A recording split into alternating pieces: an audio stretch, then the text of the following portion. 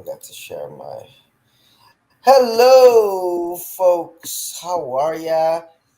We're back after a little bit of a break. How are you, Pete? Good and bull, yes. Well, Oh man, I mean, we are either overworked or we're getting sick. It's a mix of both. So we oh, am I offline?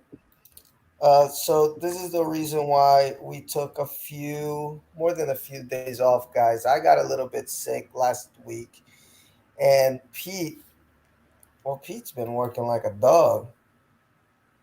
He does not stop. So this is yeah. It hasn't been like an ongoing thing, really. And from July to September, things were pretty chill. But yeah, last month, shit's picked up pretty big. But we're back. We're back. We're still watching the X Files. I'm on season 8. Pete's probably already on season 9. I am. I'm So close to halfway through. yeah, we're moving through the seasons at our pace as quickly as we can. And this is the long-awaited season 7 um, retro review. We'll be going through. I guess we're gonna do 6556 because there's 22 episodes for season 7, considered by Yeah. some to be the last season of the X Files, right? Because after that, Mulder leaves for a little bit. But I dig season 8, so I can't wait for us to get season 8, Pete.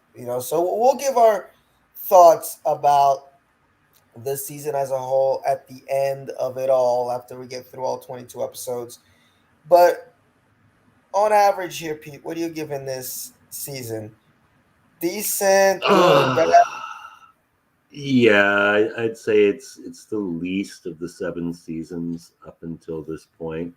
Um, there's some good episodes in there, some really good episodes actually, but without the whole cartel mythology going on, it kind of feels like they don't have a mythology anymore, which is actually something that we'll be looking at today.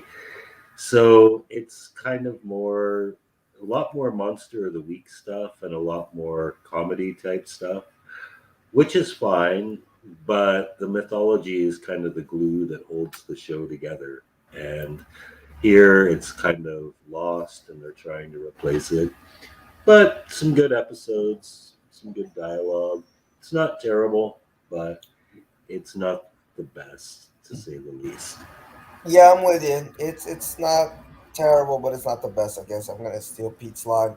So, guys, season 7 aired from November 7th, 1999 to May 21st, 2000. So we ring in the new century, I guess, with the X Files, and we're gonna begin. We're gonna go right to it. So, guys, by the way, if I sound like I'm losing my voice, it's because I still got the after effects of this cold that I had, so my voice may falter a little bit.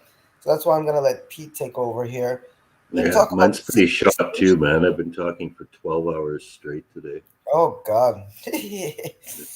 um, this. Oh, and by the way, I always forget to say this. Thank you. I noticed a lot of people were listening to our older videos while we were away. I saw some of those numbers jump up. So thank you, those that have gone back. Thanks. Always like and subscribe to these videos, guys. We really enjoy spending time with you, and thank you to all the administrators who let me post our videos, more or less weekly on their X Files pages and horror pages and everything. You guys are awesome. You rock. But let's get right into it. Season 7, episode 1 is called The Sixth Extinction. It is a continuation of last season 6 finale, where Scully found the spaceship. That was the big cliffhanger. And Mulder kind of goes through a mental collapse. Um, it was viewed by 17.82 million people, written by Chris Carter, directed by Kim Manners, and it has an 8.1 rating on IMDb. And let's hear Pete's thoughts on this episode, the sixth extinction. Yeah. Well, as I was saying at the beginning, they kind of fucked themselves by killing off the cartel and resolving the alien colonization plot. So this it really becomes clear now they're trying to take the alien mythology in a completely new direction. At the end of the last season, they found Scully found of all people. Scully found a spaceship all by herself. And Mulder is in the hospital experiencing some weird brain activity as a result of some uh, part of the spaceship, a chunk of metal or something, that's causing his brain to go into terminal overactivity. So in this episode, actually, Mulder and Scully are not together. So we basically have two stories going on here. We got a Scully story and we got a Mulder story. So Mulder's story is that he's in the hospital and it's looking like he's going to die. His mind is like freaking gone. He's actually literally in a padded cell. But he manages to get a note to Skinner that their old buddy Krichkow, who used to work for the Department of Defense, is the one who can help him. So Krichkow, I forget how he actually has this secret because we're so far behind now. I don't have all of these episodes fresh in my mind, but he injects him with a drug that's going to slow down his brain activity. And Mulder comes back. Not only does he come back, but he comes back with alien superpowers, which just like blow the secrets of everybody. He can read Fowley's mind, and he knows that she's in bed with the smoking man. He can read Skinner's mind, and he knows that Krychek's got them on the hook. So yes, Mulder is basically cured, um, but not for long. He goes into a seizure, and the implication is Krichkow may have OD'd him. So that's basically what's going on with Mulder. Scully, in the meanwhile, is in the Ivory Coast, still working on this craft with a doctor. Um, it is supposed to be a secret, but soon some other locals start showing up. In the meantime, the alien craft is doing all of this weird shit. There's like a plague of locusts. The ocean turns red. It boils a guy like half to death. Um, so in the meantime, Skelly's working hard with this doctor to translate the inscriptions on the spacecraft because they appear to be Earthborn, and they find out it contains like passages from the Quran and the Bible and early scientific information. And in the meantime, the doctor starts going a little crazy. It starts to turn into kind of a cabin fever type thing. So they become pretty suspicious of one another. Eventually, the doctor, I believe he tries to kill Scully with a machete, and she gets some help from one of the Africans, and she manages to escape. So that's the Mulder story, and that's the Scully story. Ultimately, the the conclusion of it all is that the doctor kills his driver, and then the driver comes back to life and kills him. And then when Scully comes back with the police, um, the ship is gone. So that's the end of this one. I thought this is a pretty solid start to the season. I mean, we're getting a new mythology here. Where are we going for this with this? And it seems like where we're going is a place that a lot of alien buffs have floated throughout a long period of time, which is that our origins actually were otherworldly, and that the human race is merely a byproduct of early alien activity, which is kind of cool because it deals with, especially when they find passages of like the Bible and the Quran on the ship. It's like, ooh, where are they going to go with this from a religious point of view? Because it's basically implying that the aliens were God, and religion Yeah, was like like, chariots of the and gods. yeah, yeah, and religion was like an either an alien invention or early man just made up the religion based on their encounters with aliens. So it had a lot going for it in that respect. I like the cabin fever aspect with Scully and her doctor buddy getting progressively distrustfully to each other. I like the plagues caused by the ship. And, you know, like watching Mulder's ordeal because one thing about this you have to understand is that it was already public news that Duchovny was leaving the show. So at this point in time, he's no longer untouchable. Like, he is most definitely an expendable character. And it's touch and go for him. And Duchovny was actually really good in it too. He was quite convincing. So yeah, solid season 7 opener. You know what? I'll give you that. Duchovny, as far as his acting, I think season 7 was probably some of his best stuff, in which is funny considering that he's about to leave the show. It's nice that he gave it his all and didn't just, phone in a lot of his performances. He was really good in a few of these episodes for season 7. Um, I didn't particularly like the episode. I thought it was kind of boring, but I didn't like the first one to set it all up either. Um, because for me, yeah, this feels like Duchovny Carter having his M Night Shyamalan moment, pre M Night, in that a lot of cool ideas, but plot wise, it's like I don't care. Like it's just not interesting to me. Like I like these ideas about where the gods aliens. That's what's his name, Zechariah Sitchin, and the dude that wrote Chariots of the Gods. I forgot his name now. Eric von Daniken, I think, something like that. Just cool stuff. And in fact, guys, if you Google Art Bell and Chris Carter, this is the interview that he has with Chris Carter, which is really cool.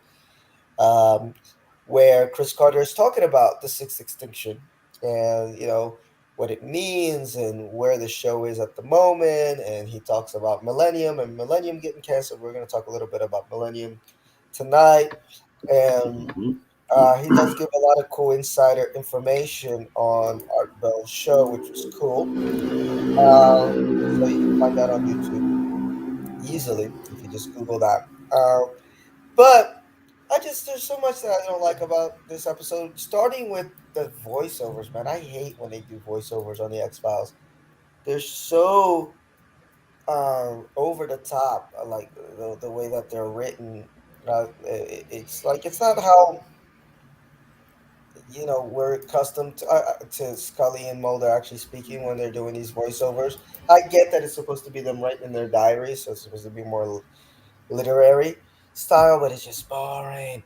Um, she's trying to reconcile her science with the craft that she saw, and as she's doing that, she gets attacked by moths and locusts. Now, the important stuff about season 7 is that Scully she starts to really see stuff, because Mulder is leaving or the company's leaving, so they got to have somebody on there that really carries the X Files torch, and it's got to be Scully. So they can't have her be a complete skeptic anymore. So I think it's cool in a few of the episodes. Actually, another one we're going to talk about tonight, where Scully sees stuff and she can't just, deny that there isn't weird stuff going on. And then Mulder, like Pete said, real great acting there with going nuts, but I just didn't care about him going nuts, mostly because I guess if you're watching it first run, you don't know if he's going to survive or not. You don't know when exactly he's going to leave the series, if it's going to be mid-season, if he's going to leave right at the start. But since we know he's still around, it's just like, oh my God, get over yourself. So I thought the story was pretty boring, but Scully, she's really interested in fixing Mulder, And I do like that part of the story, that although she's out there with this ship, I mean, it's curious for her, but she's really there to take care of Mulder. She's not there because, oh my God, there's a spaceship. I think that's the cool part about how her character was written in these episodes. So I didn't like it at all. I gave it a 2.1, and it leads guys to um, episode 2, which is the Sixth Mm-hmm. Extinction II. So it keeps on going. And I'm like, oh, lordy, lordy, lordy. And it's Amor Fati. Okay, so was that Love of the Father, something like that? And this one was viewed by 16.15 million viewers. Okay. Written by David Duchovny and Chris Carter, directed by Michael Watkins. And it does have an 8.1 rating. So apparently a lot of people do like this little trilogy. And unconscious Mulder dreams, in unconscious Mulder's dreams lead him astray from the X Files, but Scully stays the course in her search to find him. And um, yeah, man, the story continues. Okay, but it's nice to see Mrs. Mulder. She's in this episode, right, Pete? She is, yeah. Yeah. Um, and again, they're doing a little bit more. We get a little bit of CSM in this episode. I guess I'm trying to remember most of this episode because I swear to God, Pete, I was falling asleep through most of these. But uh, cigarette smoking man, if I'm not Yeah, I mistaken, find this one actually takes really easy to remember. he takes Duchovny away, right? He takes Duchovny away, Yes, yes. and he's trying to tell It's him not that, revealed to that he did right away, though. huh?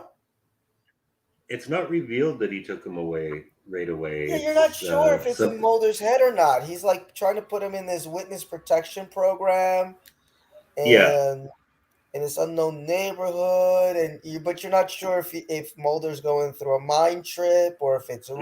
Mm-hmm.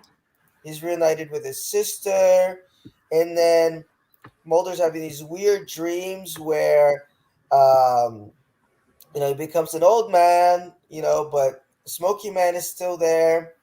Um, and he tells him that Fowley, Deep Throat, Samantha, and Scully have all died. And this is the part that's kind of insane, which upsets X Files fans to this day, because the Smoky Man looks out the window, revealing an alien holocaust. Okay, Mm-hmm. and supposedly this alien holocaust was going to happen in 2012, according to mythology, and it never happened for the show, and they kind of just glossed over it. Some people thought that the movie, what was the second movie? I think is I Want to Believe, was Yeah. going to go into it. It didn't, so folks were a bit upset because of that. Um, so Scully, having earlier been visited by the spirit of Albert Hosteen, so he's back, the Native American dude, convinces her to But pray. dead. He's back, but dead. Yeah, he's back, but he's dead. Awakens in her apartment to discover that someone has slipped a security card under her door. Using it, she enters the facility where Mulder is being held. In Mulder's dream, Scully meets him at his bedside and convinces him to break with his imaginary life. In reality, Scully finds Mulder and the two escape the facility. A week later, Scully meets Mulder at his apartment and tells him that Fowley was found murdered. Mulder confides Mm-hmm. that during his ordeal, Scully served as his touchstone.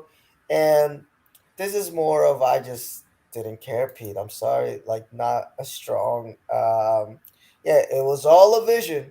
Okay, but we did Yeah. get the apocalypse. We did get to see Deep Throat again. That part was cool. Yeah. Um, but other than that, I just couldn't wait to get over these mythologies and get into some of the monsters of the weeks. I was not feeling it. Yeah. This was a terribly anticlimactic end to the 3-part story arc because I like the season 6 finale. I like the season 7 premiere, and this was basically just Mulder's bad dream, really. And It it was a was not even a cleavage. good bad dream. Yeah, it was like the season what was it, 8, season 8 of Dallas, I think it was. So at least it wasn't an entire season of Mulder's bad dream, but it felt Mm-hmm. like it. Because one thing about his bad dream is he grows into an old man. Mm-hmm. He marries Fowley. He has kids with her. The smoking man is like his neighborly father figure. His sister's around, and then everyone gets old and dies. And this alien apocalypse happens actually when he's lying in his deathbed. And yet somehow the smoking man, who's already like 40 years older than him, he's healthier. That's your first clue that this is like a bad dream. But yeah, the premise basically is that the drug that he took, or the alien artifact, I'm not sure what caused it, reactivated the black oil in him. So now Mulder's part alien. So the smoking man wants to get him to a facility so they can extract his alien stuff. And I guess they just deliberately feed him this fantasy to keep him docile. And that's pretty it. And it's a boring fantasy. It's just Mulder getting old and living a suburban life with Fowley. There's nothing interesting about this episode at all. It's just like the kind of thing you watch and you go, that ain't right. But it's not that ain't right and ooh, like what's the mystery? It's like, nah, this shit's just off. Yeah, and it's like the stuff that's the coolest, which is the ship, which, after getting through to the end of season seven, I think they kind of got the mythology back on track by the end of season seven, which is this idea that, hey, okay, the syndicate might have died, or have all been killed, I should say. But the aliens are still out there. There's still stuff going on out there in space. So just bring them in, and make it so the mythology is just, hey, we gotta, like the movie says, fight the future. Um, and I think they kind of made it interesting towards the end of season seven, but they had such an opportunity to make it interesting right here from the beginning. You find a fucking alien ship in the middle of the ocean, and it just disappears, and then we get a fever dream instead of Yeah. like, you know, get some aliens coming out of this ship, get some shapeshifters moving here and there. You know, we can still have that mythology arc from the first 5, 6 seasons without the syndicate there. I mean, they were cool as hell, of course. I love the syndicate. Who didn't? But I think they really dropped the ball on this, and it's just really, really, really, really boring as hell. Mulder's fever dream. I mean, we do get some weird stuff father, and we do get the alien apocalypse. Is it really happening? Is it not? I guess he kidnapped Mulder because he felt that he had the alien genetic material in Hmm. him or something. So it's all over the place. Um, but what can you do? What can you do? The mythology is all over the place. I don't know. This is totally making it up as they go along territory. So let's move ahead to something a little better, not great, but I sort of enjoyed this episode. It wasn't amazing, which is the episode Hungry. Hmm. Um, and Hungry premiered on November 21st, 1999 to 16.17 million viewers, written by Vince Gilligan, directed by Kim Manners. Another one that has got 8.1. That's like, oh, these three episodes back to back to back have an 8.1 rating on IMDb. A fast food worker develops a taste for human brains. And then for murder. Now, this is a interesting episode. Go ahead, Pete. Yeah, yeah. This one, I couldn't tell. It's Vince Gilligan, so you kind of expect some subtext. And when it's like set with fast food and meat eating and things like that, I was kind of watching this thinking, is he trying to make a commentary about fast food being gross? Is he trying to make commentary about meat eaters or something like that? And by the end of it, it's pretty clear. No, it's just a cool monster story. There's like absolutely zero subtext to this at all. Mm-hmm. If there is, I guess it might be about eating disorders because our monster's got a pretty cool one. Yeah, so we get the little setup where this obnoxious drive-through guy is honking horns at a fast food restaurant, and he gets pulled through the window and killed and eaten. So Mulder and Scully are on the case, and yeah, they find that particularly this whatever killed this guy likes to eat brains. So they go about it very detective like, and there's not much mystery for us actually because a large part of this is told from the point of view of the killer. Mm-hmm. Um, as Mulder and Scully are their first clue is like an ex-con who works there, and he lied about his criminal record, so he gets fired. But he figures out who the killer actually is and confronts him and becomes the next victim. And as you can see here, he's a pretty creepy looking dude. He's quite normal, but he wears like all of these prosthetics. He doesn't have ears, so he wears fake ears. He has a wig because he has no hair. He wears contacts because his eyes are all dark and fucked up, and dentures to hide his fangs. So it's kind of cool how he goes through this transformation. And as many X Files monsters of the week are, they kind of portray him in kind of a sympathetic way. Like it's not his fault. He's got hunger, he's got cravings. And there's that one funny point where he actually goes to, I can't remember, I think he complains to his boss that he has an eating disorder, which he does. So she sends him to Overeaters Anonymous, which actually just exacerbates his cravings and really kind of puts him over the top.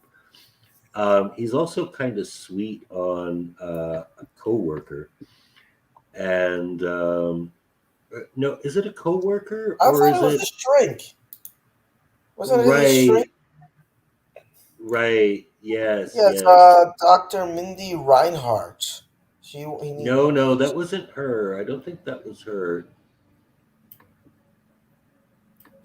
isn't But it? oh yeah, yeah. No, it is. It is. Yeah, Yeah, yeah. she sends him to the Overeaters Anonymous because she's a grief counselor that they call in because of what happened at Lucky Boy Because of the Burgers. violence. Right, right. Yes, and then he Yes. kind of goes sweet on her, but then she ends up kind of getting sweet on him and kind of understanding him, Yes, yes, trying she to help feels sorry him. for him.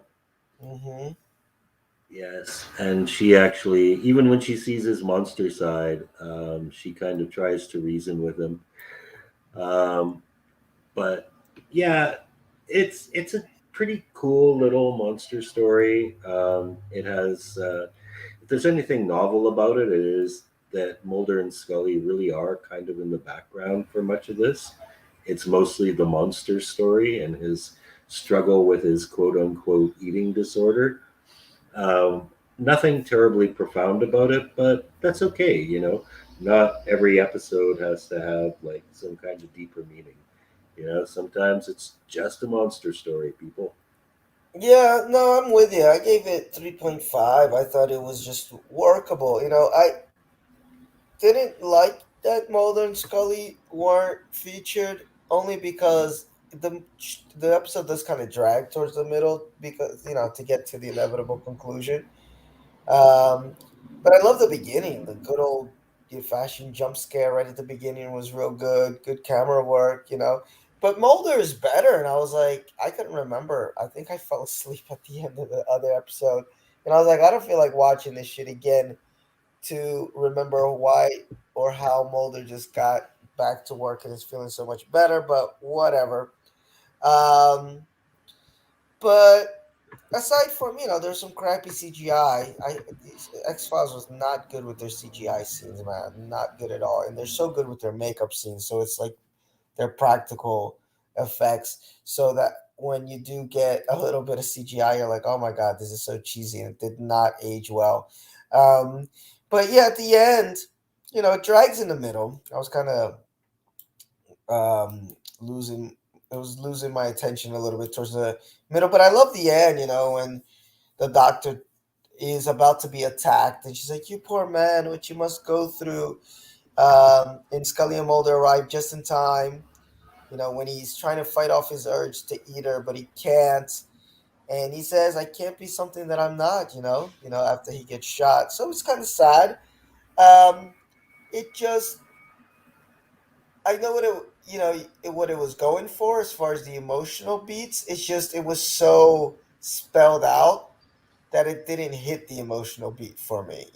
Like it was Right. going for that sympathy card, but it just kind of spelled it out. You're like, look, this guy doesn't really want to be a monster, and you guys should feel sorry for him because of that. And it's like, yeah, okay, he can do better. Vince can definitely do better. So decent episode though, decent episode, and I think that's gonna be a bit of a thread, Pete. That's gonna go through most of our season 7 reviews. Whereas these episodes aren't bad, they're just missing that extra whatever it is, that turns episodes from good to great. That little bit of intrigue, that little bit of mystery, that little bit of unspoken, which the audience connects with and gives us that deeper message or that deeper feel. A lot of these episodes are very rudimentary and very written out and spelled out for us, and this is just how to make an X-Files episode. Do this, this, and this, and you got yourself one. At least that's how I felt through most of season 7. Nothing really really moved me, even when it tried to. So we get to the next episode, and it's Millennium. Oh, Indeed. yes, Yes. crossover we've been waiting for. Okay, and viewership keeps you know going down a little bit here. 15 million viewers watch this on November 28th, 1999. Written by Vince Gilligan, Frank Sputnitz, and directed by Thomas J. Wright. And I think there must be a bug on the wiki site because this one also has an 8.1 rating on IMDb. It's impossible that all these have exactly the same rating. Um, at the dawn of the millennium, Agent Scully asked retired Agent Frank Black for help with investigating the recent deaths of various Millennium Group members. Um, Dug this one only because, although I never finished the show Millennium, I did catch a couple of episodes here and there, and I thought it was a kind of a really cool, creepy show, that went a little bit darker than the X Files could go, especially because Frank, just look at that guy, man. He's too much. Agent Frank Black, his name says it all. uh, Yeah. he could go that deep, Lance Erickson. Um, but in this episode, the Millennium had been canceled already. So I guess this is Chris Carter's way of giving some closure to the character. That's He's out of exactly what it was. it. Yeah, he doesn't want to do any more of his Millennium work. Well, because they tried to kill him at the end of the season 2. I think it only lasted 2 seasons or three. Was it But two? yeah, No, in the there's season, three. they turned out to be evil, and they were like trying to usher in the end of the world. And they killed Yes, his wife, and they were trying to kill him and his daughter. So yeah, that's why yes. he's done.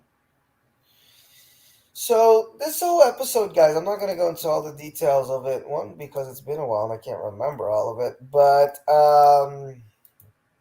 basically, they're trying to catch a killer whose victims tend to come back to life. Okay, Hmm. starts out this freaky funeral here, and dude brings guy back from the dead, and then he's contacted via the cell phone. So there's a bit of necromancy going on.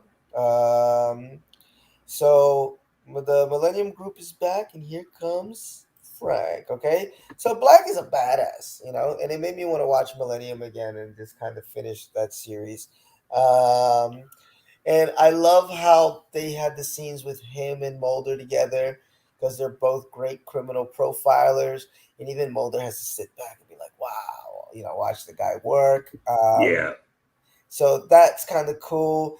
Oh, and then there's a scene where Scully's doing her uh what is it? She's doing an autopsy and the body wakes and kills the nurse. Yes, And then yes, Scully gets attacked by the zombie dude, which is really cool. So again, season 7 is about Scully seeing shit. So she definitely sees, a zombie guy attack her. It was great, great scene. Um, we got some classic Mulder being trapped under the house. Open the door, let me out. He always gets stuck somewhere being attacked because it ends up this guy, in order to usher in the millennium. Now it's coming back to me a little bit, Pete. Yeah, he apparently yeah, he's got to kill these people and then wake them back up, and it's got to be like however many members, and he's missing like one guy, you know, and that's how um, to bring back, and that's how Frank gets him because he's like, okay, I'll be that last guy for you, but he's only does that in order to get to the guy and kill him. And Octavia is in this group in this movie from Hidden Figures. I think she was one of the nurses. So just a little side note. But then at the end of it all, great scene in the house, in the basement yes. Wonderful with ending all the scene. zombies.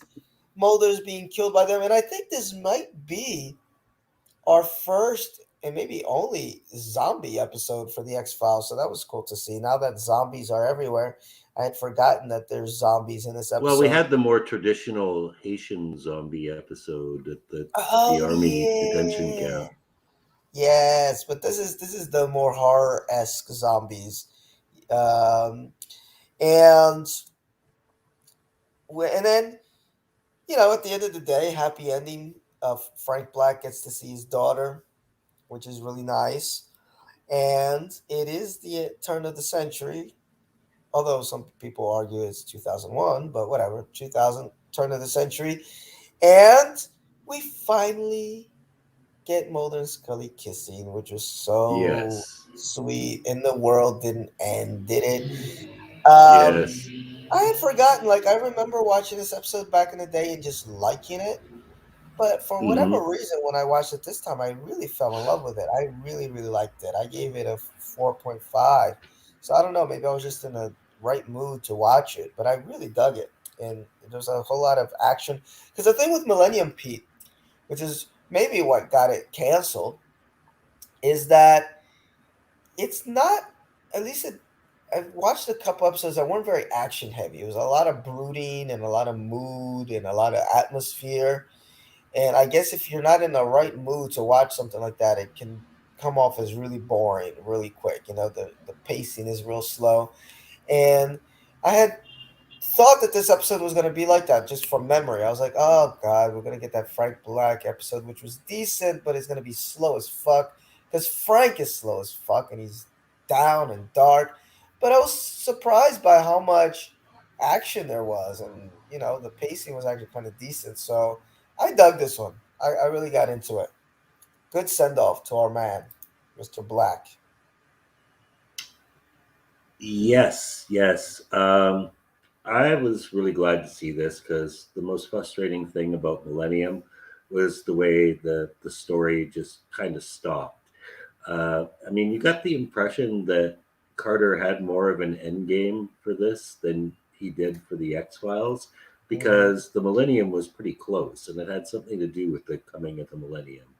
And it's like, God damn, it's like obviously they were getting there. Like, just a quick recap of the premise of Millennium. He plays like an ex FBI agent who works as a consultant for this group called the Millennium. And they're like law enforcement consultants. They kind of do what the X Files do. They help in cases that regular law enforcement can't solve. But over the course of the show, it turns out that the Millennium are like really this Illuminati type group that believes the coming of the actual Millennium in 2000 is going to bring about the end of the world, which is actually exactly what they want. Like, they want to be the start of the new world, basically. And yeah, the series ends basically. Poor Frank, his wife gets killed, and he's just on the run with his daughter. So here we find out what's happened since then. Frank's in the booby hatch. Voluntarily, he didn't go crazy. He just kind of needed to chill the fuck out. And his daughter's living with her maternal grandparents, and he's trying to get custody of her, but they don't want him to have her because they blame him for everything that happened. And yeah, the premise of this basically just it fleshes out what the Millennium Group is all about. They believe basically that in a mass suicide um, at the Millennium, they could usher in the four. They become like the horsemen of the apocalypse, and they'd be like the rulers of the new world. And they all come back to life. And yeah, we get our zombies. Great kind of Evil Dead style scene with Mulder and Frank down in the basement of the cabin. Doing a pretty good job of fighting zombies, but they're in close quarters and it's dark, so it's touch and go. They're pretty nervous. And yeah, that's the end of the Millennium Group. Frank wins, gets his daughter back. Happy ending for Frank. Um, Good dynamics between not so much Scully because she's off doing the autopsy shit for most of the episode, but yeah, good dynamics with Mulder as being kind of the fanboy of Frank. He doesn't come right out and say it, but you can tell he looks up to the guy. And yeah, the kiss was turned out to be really significant actually because one thing that happens a lot in season 7 is the push towards okay, even if you're not seeing it on screen, something's really going on between these two. Like they finally decided, fuck it. So that's something to watch for in this season, but this is definitely the beginning of that. Yeah, for sure. I was looking here on the X Files wiki, man. A lot of the fans of Millennium didn't like this episode at all because they thought that it just didn't touch on any parts of the mythology from the show. Um, that Frank completely disregarded the potential threat of the oncoming apocalypse, and for those who watched the original series, doesn't make sense because how much he was into it. Um, and then another guy said it's just tragic. um, I watched the entire run of Millennium episodes, and I had hoped that at least some of these members would have been introduced in the series. But how could Frank know about these four members? It's poorly received episode. So I guess the Millennium fans didn't dig it. I didn't watch Millennium, so I don't know. So I guess when it comes to stuff like this, man, you're working for two audiences. You do have to make the fans of Millennium happy, but then you got people like me that never really saw this show. I think I might have seen 3 episodes, maybe 4. I liked them, you know, um, but not enough to like invest in a whole mythology. So I don't know. Like I just have a cursory knowledge of what the mythology is, and or whatever they decide to explain in this episode of the X Files. And for that, it works for me. Maybe if Hmm. I went back and watched 2 seasons of Millennium, then I can say, motherfuckers, there's Chris Carter again creating this mythology and just like letting us down in the end. So I feel you. So if any Millennium fans out there hate this episode, let us know why. But I dug it. I dug it. It was cool to see, and it's always cool, Pete, to see the crossing of the universes. Like they live in this shared universe of Yeah, yeah. They make a attitudes. joke about that in BoJack Horseman. It's a recurring line. What is this? A crossover episode? Yeah, they're cool. They're cool. I love me some crossovers. All right, let's move ahead. We got 2 more episodes to go, and this one here is called Rush. In Rush, It, uh, it was an episode that premiered on December 5th, 1999 to 12.71 million viewers. Man, that's a steep drop in viewership. We went from 15 to 12. So, another thing about season 7, the trends here. Viewership dropping a little bit. Okay. Um, this one has a 7.6 rating, so there you go. This one has a different rating on IMDb.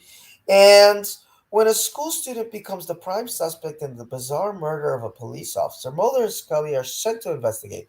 They discover that the boy and a couple of his friends have been racing around with the ability to accelerate their movement to a frequency the human eye can't perceive. And I got like mixed feelings about this episode. What do you think about it?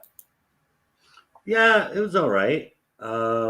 It's pretty straight up. Another one, kind of monster of the week type episode.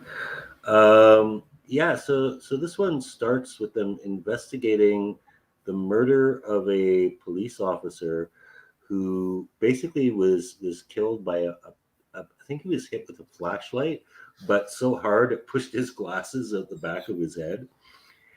And so their investigation goes pretty much straight up detective work. They find fingerprints on the flashlight, which leads them to a teenager who says that he wasn't there. Um, Mulder has supernatural theories right off the bat. He thinks it's the work of spirits, but they start looking into his friends, and this leads them to pretty much your classic bully. Um, he is the son of the local sheriff and his girlfriend. And I think this is what I found like the most interesting aspect of this episode was the way the bully guy Max. He's kind of an asshole. His girlfriend's too good for him, and she's really kind of sweet on their initial suspect, but she's kind of afraid. So that dynamic was kind of interesting. In the meantime, we see that Max is just super asshole. There's a teacher who's giving him a really hard time because he's a slacker. He's a jerk. There's a scene where he does a test in like record speed, and he gets like every score correct. And then later he attacks that teacher. Apparently, it looks like the teacher was like hit with flying objects, but what becomes clear as the investigation unfolds, it's just this kid can just move super fast. So yes, that is where the title Rush comes from. And it turns out they found this like cave where if you go and you step into the light, you get super speed, but your metabolism also speeds up. This is the thing, because Max starts to get pretty sick as well. And it culminates in kind of a showdown between these two teenage rivals, partially for the love of chastity, but also because Max is really dangerous. His father figures out that he's the killer, and Max is going to take out his father as well. So Tony goes into the cave and gets himself some super speed, and that is pretty much it. He stops him from killing his father, um, but the power is limited. And I believe Chastity tries to take the power so that there's no more left. And unfortunately, our poor sweet little girl winds up being the innocent victim in all of this. Um, the two super speed guys who are causing all the problems, they get out of it relatively scot free because the tunnel or the cave gets filled in with Mm, concrete, so no one else can ever use it. So they're not yeah. going to die from their inflated metabolisms. Although I do believe Max is on the hook for a few murder charges at the end of it. But yeah, poor Chastity is the real victim. So yeah, I liked it. It was a little teen drama story with a little bit of supernatural elements. It's about all I can say about it. It I was decent. know. Yeah. Max about to shoot Tony when Chastity takes the gun and shoots Max. Max, using her ability to step in front of the bullet as it passes through him and kills herself as well. Um, Pete, I'm with you. It's all right. It's just all right. It's a little rehashy in bits, with the outsider teens. We've seen that a million times on the X Files.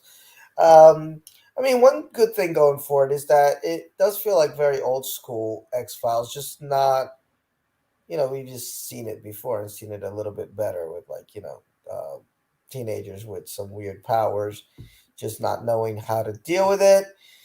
I do like to see Chuck. He always makes me happy. He's the little science, the expert that Mulder and Right, Scully go right. to. He's befuddled by what's on the camera. So that's a very old school X Files thing. I love to see him, and he's almost like Q from James Bond. He's always got this new little gadget. Like, well, we can use this to see it. And what's that? Well, this is the spectrum. Blah blah blah. Yeah. Some weird new gadget that he has that's gonna help them see what it is they're looking for. So he's cool. It's always good to see Chuck. But otherwise, for just a 3-star episode for me, again, good, but nothing special. Been there, done that. But it took me a while to see it, Pete. It said here 3 stars, although it took me 3 hours to get through it due to distraction. So I guess it didn't grab my attention that much. But not a bad episode. And we're going to get now to the last one of this bunch. And this is the Goldberg variation. I think this is the actor that had just recently died that we talked about a couple of weeks or whenever, couple podcasts ago. Um, what's his name here? It's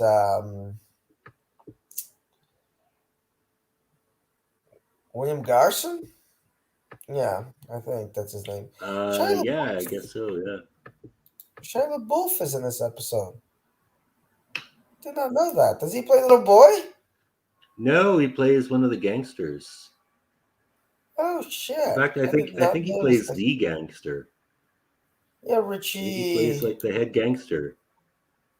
Richie Lapone. Oh no, no, sorry, he does No. play the kid. He plays the kid. Yeah, come on, because he would be so little. Yeah, okay, Right. wow. Didn't realize that was him. Look at this little dude, man. That's pretty funny.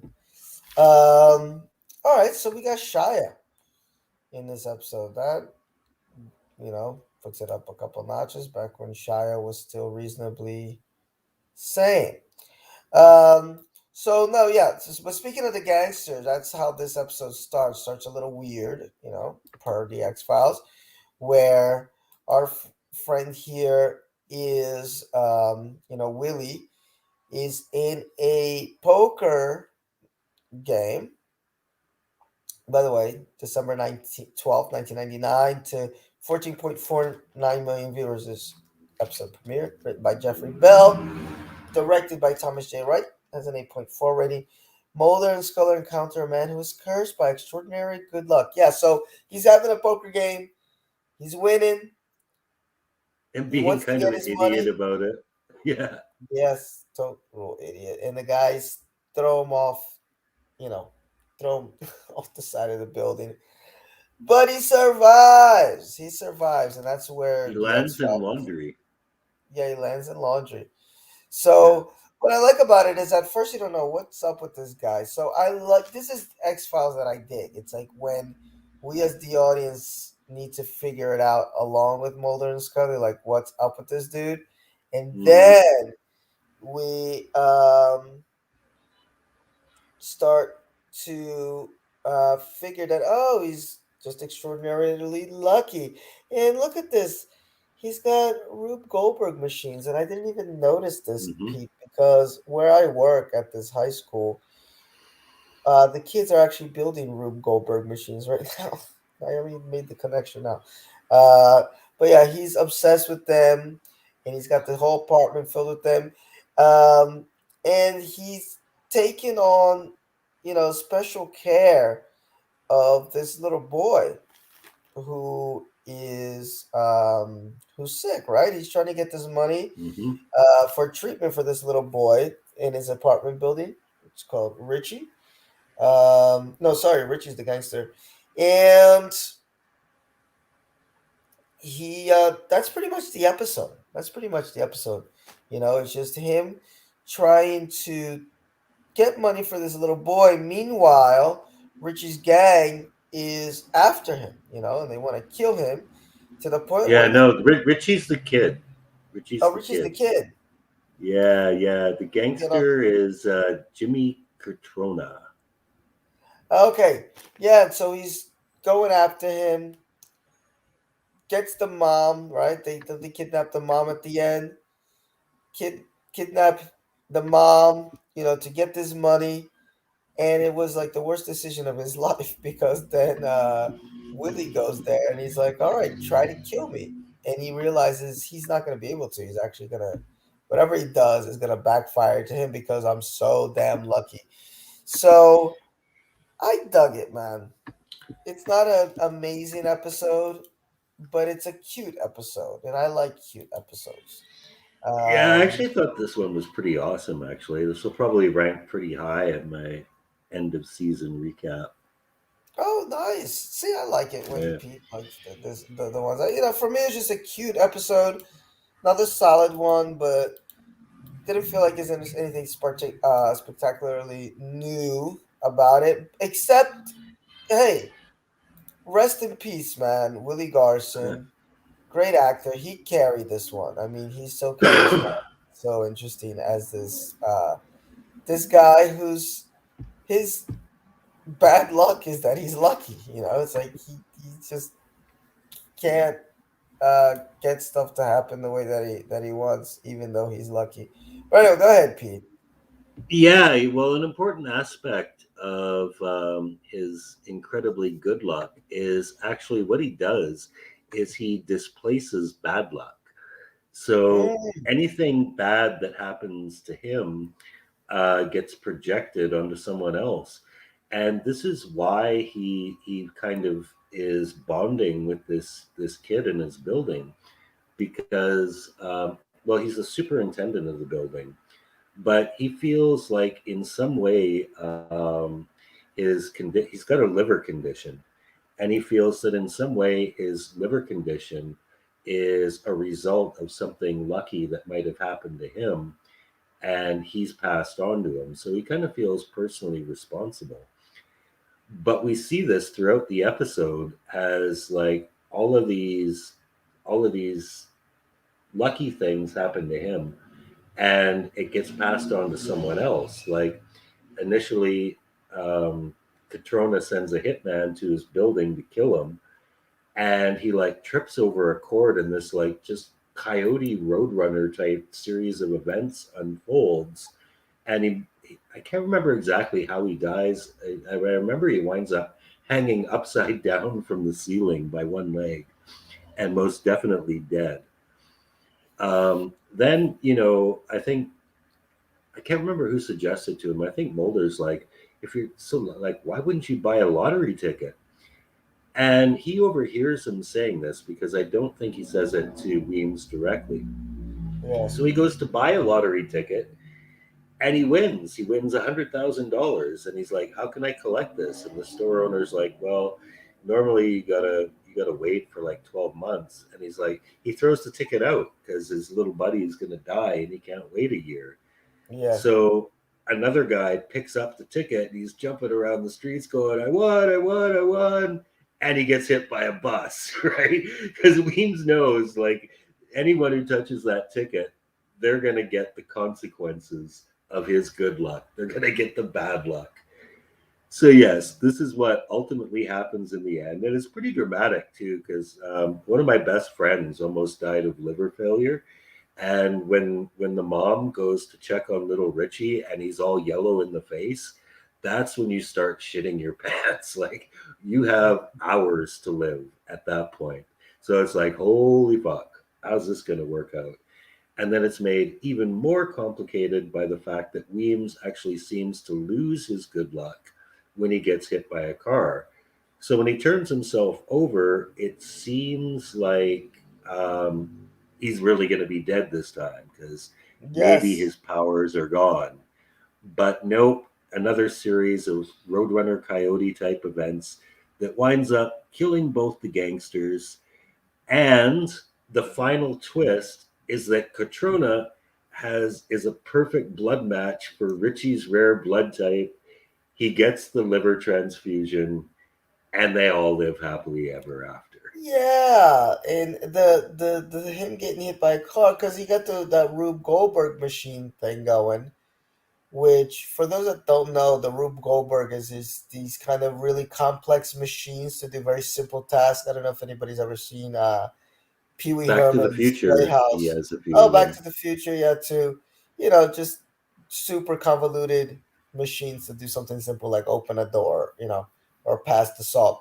So it becomes the last little bit of the episode becomes a Rube Goldberg machine in that he needed to get hit by the car for this to happen, for that to happen, for this to happen, for that to happen, for them to get to the point where, hey, now we got the right donor to save the little boy's life. So that's cool about that too. No, it's a cool episode. I mean, it just didn't touch me as much as some other ones have in the past. Um, but cool concepts. The Goldberg variation. I gave it 3.5. I might have it in my rankings at the end because hey, season 7 doesn't have amazing episodes. There's a few actually. No, there's a few, one or two here. They're really good. All right, folks, that's it. We got Yes, we got this. ourselves our season 7 retro reviews, episodes 1 through 6. Next week, we may not be on because we may be interviewing a real live witch on Thursday night. Yeah, But let's do a quick watch or skip though. oh, I forgot. Yes. Oh, it's been so long. I'm rusty. Um, so yeah, let's do a quick watch and skip. But yeah, just so you know, we may not be on next week. But if you want to hear us interview a witch, tune in. Um, episode 1, the Sixth Extinction. Yeah, watch definitely. It's a good season opener. Carries over nicely from the end of season 6. Some cool new stuff in there. I'd give this a watch.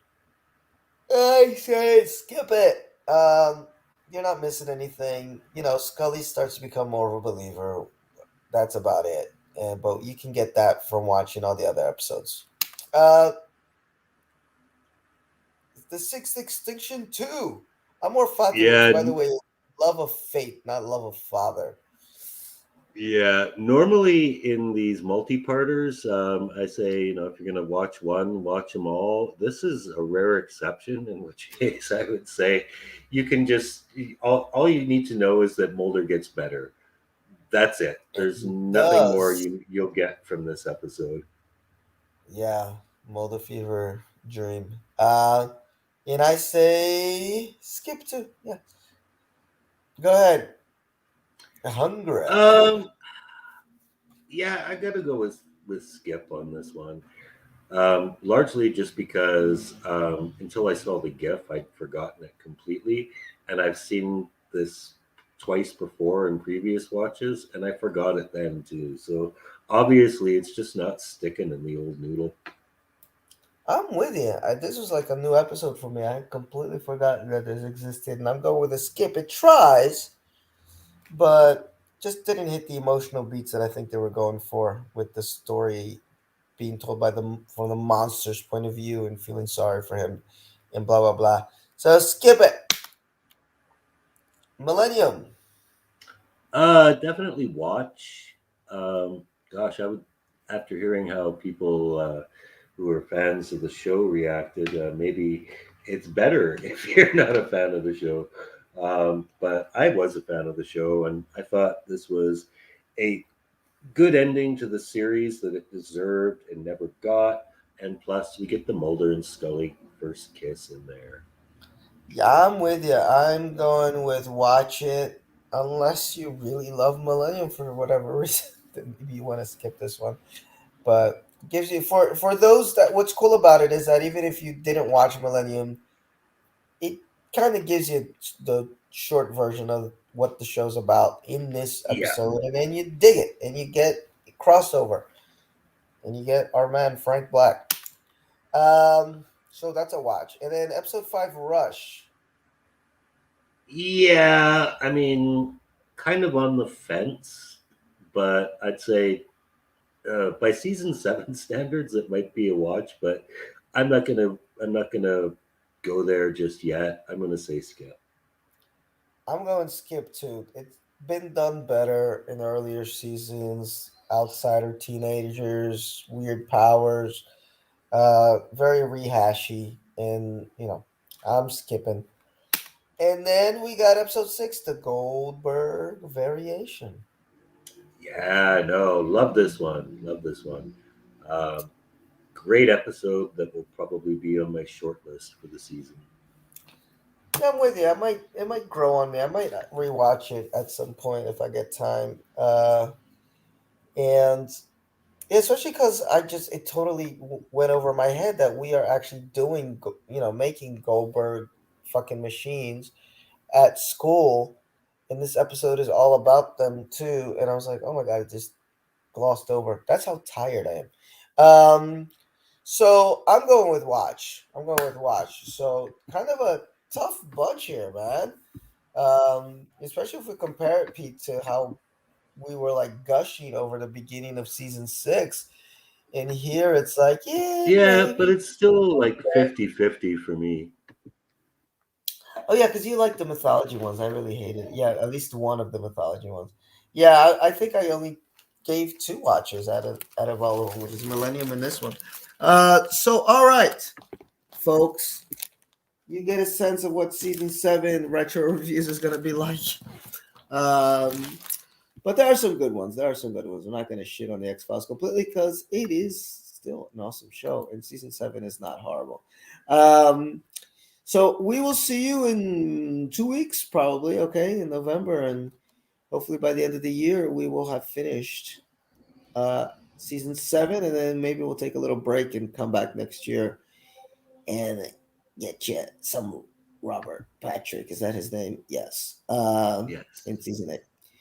Talk to you guys later. Bye bye. Adios. Cheers.